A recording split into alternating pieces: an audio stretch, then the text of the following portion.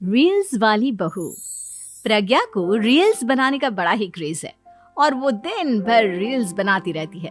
खाते पीते घूमते फिरते घर में कॉलेज में रील्स बनाने के कारण प्रज्ञा पूरे कॉलेज में हाईलाइटेड है।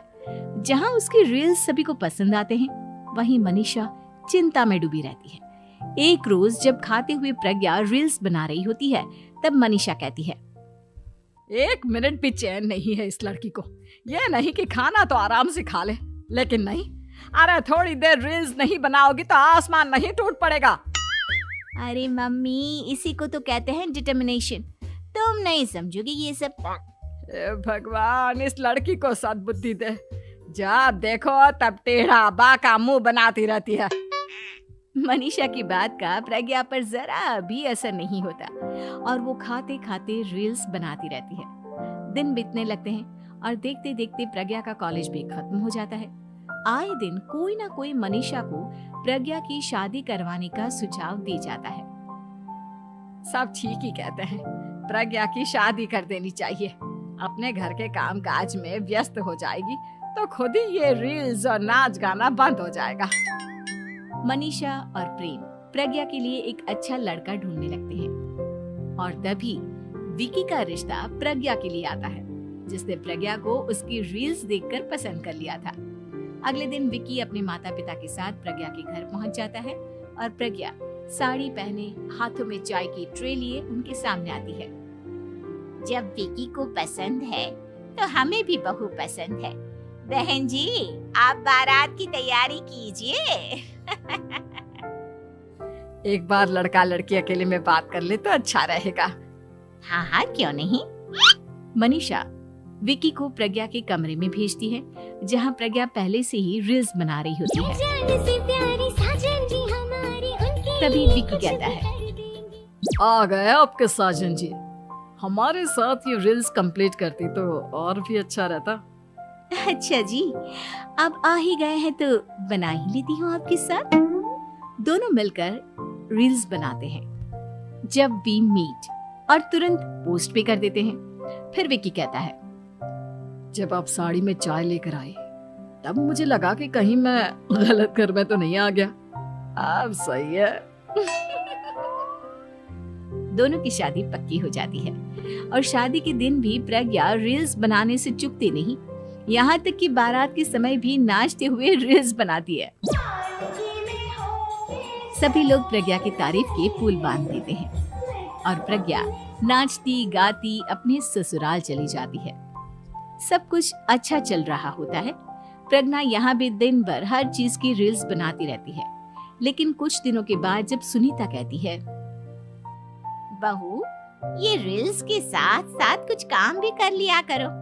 वैसे तुझे और क्या क्या बनाना आता है? मम्मी जी, वैसे तो सब कहते हैं कि मैं सब कुछ अच्छा बनाती हूँ, लेकिन मुझे लगता है कि मैं मैगी अच्छा बना लेती हूँ। हाँ, कॉफी भी अच्छा बना लेती हूँ और मुंह तो सबसे अच्छा बना लेती हूँ। हैं? अच्छा अच्छा। सुनीता अपना माथा पकड़ लेती है और कहती है, बहू, कुछ खाना बनाना भी सीख लेती। मम्मी जी, मैं लंबी प्लानिंग कर रही हूँ। जल्दी ही मैं इतनी फेमस हो जाऊंगी कि मुझे पैसे मिलने लगेंगे। हम दोनों सास बहू राज करेंगे, राज। नौकर काम करेंगी और लोगों की तो लाइन लगेगी हमसे मिलने के लिए। तेरा दिमाग खराब हो गया है क्या बहू? हंसी मजाक तक ठीक है, लेकिन इस तरह घर नहीं चलते। जितना जल्दी हो इस घर के तौर तरीकों को सीख लो। प्रज्ञा मुंह घुमाकर चली जाती है और तुरंत उसी वक्त एक रील बनाती है।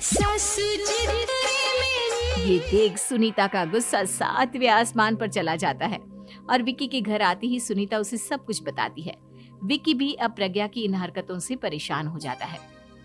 तुम टेंशन मत लो मम्मा, मैं देख लूंगा।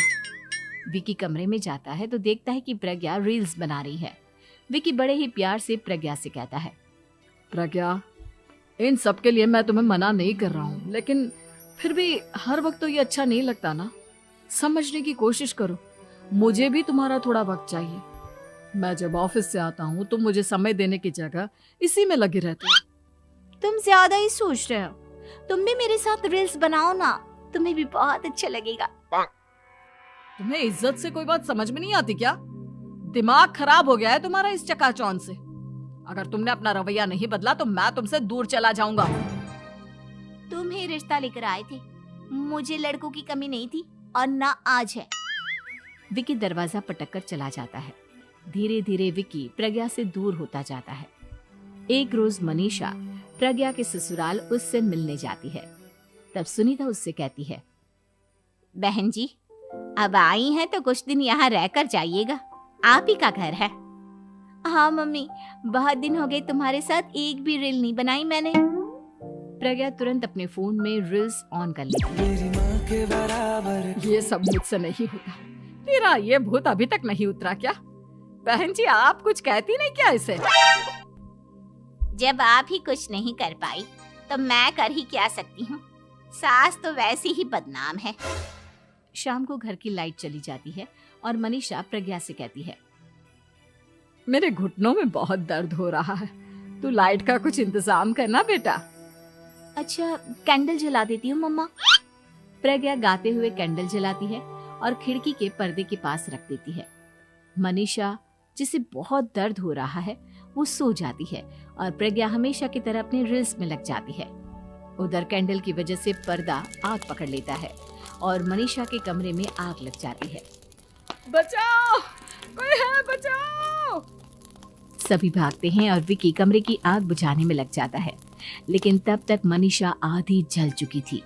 मनीषा की हालत देख प्रज्ञा रोने लगती है। विकी मनीषा को तुरंत हॉस्पिटल ले जाता है और उसे एडमिट कराता है।